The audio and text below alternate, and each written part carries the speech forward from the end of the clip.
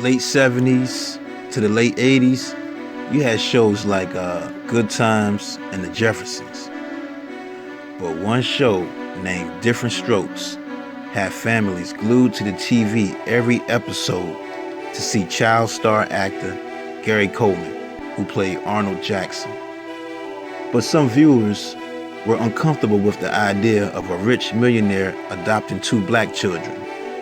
After the show premiered, cast members would receive threatening letters from the Ku Klux Klan, but that didn't stop Gary Coleman from becoming an icon. Gary Coleman was born on February 8th, 1968 in Zion, Illinois, outside of Chicago. His biological mother was homeless, and after birth, he was adopted by Sue Coleman, a Chicago nurse, and Willie Coleman, a lab inspector. After they brought him home when he was only 4 days old, they later learned that Gary had been born with one atrophied kidney, and that the other would soon fail. He ended up having surgery 3 times before he turned 5, and 2 kidney transplants. His growth was stunted by the side effects of the dialysis medications he had to take. Even his face and chubby cheeks were thought and perhaps to have been a side effect to the steroids taken to ward off the transplant rejection. In school, Gary hated when kids would pick him up and hug him, treating him like he was a baby because of his size. But Gary was determined. Now, after seeing his female cousin making money from modeling clothes for the company Montgomery Ward, he told his parents he wanted to do the same thing. He got his mother to help write a letter to the company asking for an opportunity to join. Once he started modeling clothes for Sears and Montgomery Ward on the runway in the mall, the manager of that mall thought Gary was a special talent and ended up connecting him with a talent agent. He began appearing in TV commercials for Hallmark Cards, Biscuit, Betty Crocker, Cracker Jack, McDonald's, and Harris Bank. A talent scout who worked for famous TV producer Norman Lear saw Gary in an audition for the Little Rascals Kids series and signed him to a $1,000 a month retainer contract because he was so good. Now, Gary would later appear on the shows The Jeffersons and Good Times before being casted as Arnold Jackson in the sitcom Different Strokes, which debuted on NBC in 1978. The cast of that sitcom included Conrad Bain as the father of Philip Drummond, Todd Bridges as Arnold's older brother, Willis, and Dano Plato as a daughter named Kimberly. Gary Coleman quickly became a pop culture icon, especially with his famous catchphrase, "What you talking about, Willis?" Also, during that time, he began to star in movies and earned a People's Choice Award and an NAACP award. Back on the set, co-star Todd Bridges said Gary Coleman was made to work long hours on a set of Different Strokes, despite his age and health problems. Every week, he had to do a dialysis 3 times in his specially built dressing room.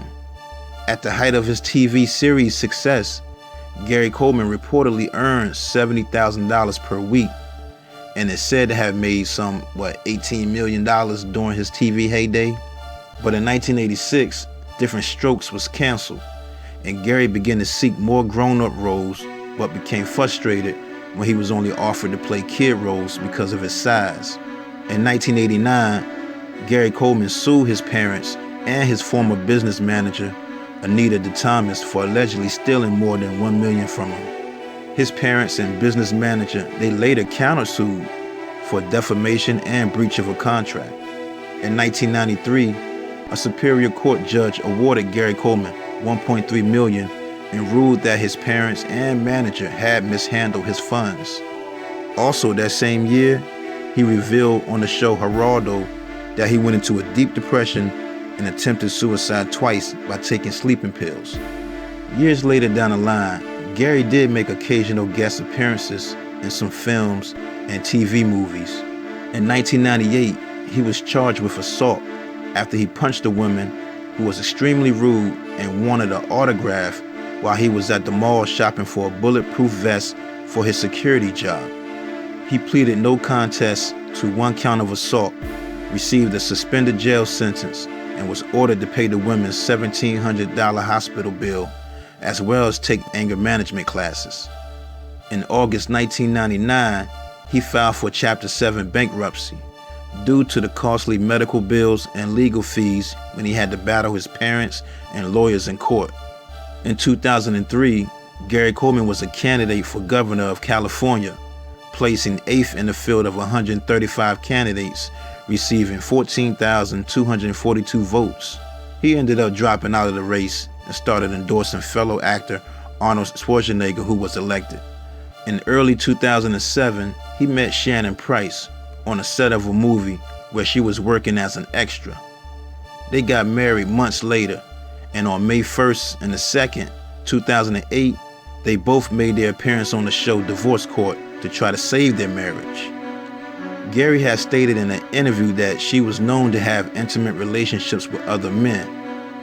Now see, when Gary Coleman married her, he made an amendment to his will that she would receive his estate upon his death. Nevertheless, they divorced in August 2008 anyway, and less than a year after their marriage, Gary ended up filing a restraining order to keep her away from him. But, Gary loved her and he would take her back, and they continued to live together and present themselves as a married couple in public. On May 28, 2010, Gary Coleman died from a brain hemorrhage after he slipped and hit his head, causing a 1-inch gash falling down the stairs in his home. He was taken to the hospital in critical condition and was conscious, but the next morning, his condition all of a sudden got worse. Shannon Price, his ex-wife, removed him from life support after only 2 days without even consulting with Gary's parents or family. Now, many people have suspected that he didn't just fall, but that he was instead pushed. Some of Gary's friends also stated that they even seen her physically abusing him, even in public. He was 42 years old. R.I.P. Gary Coleman.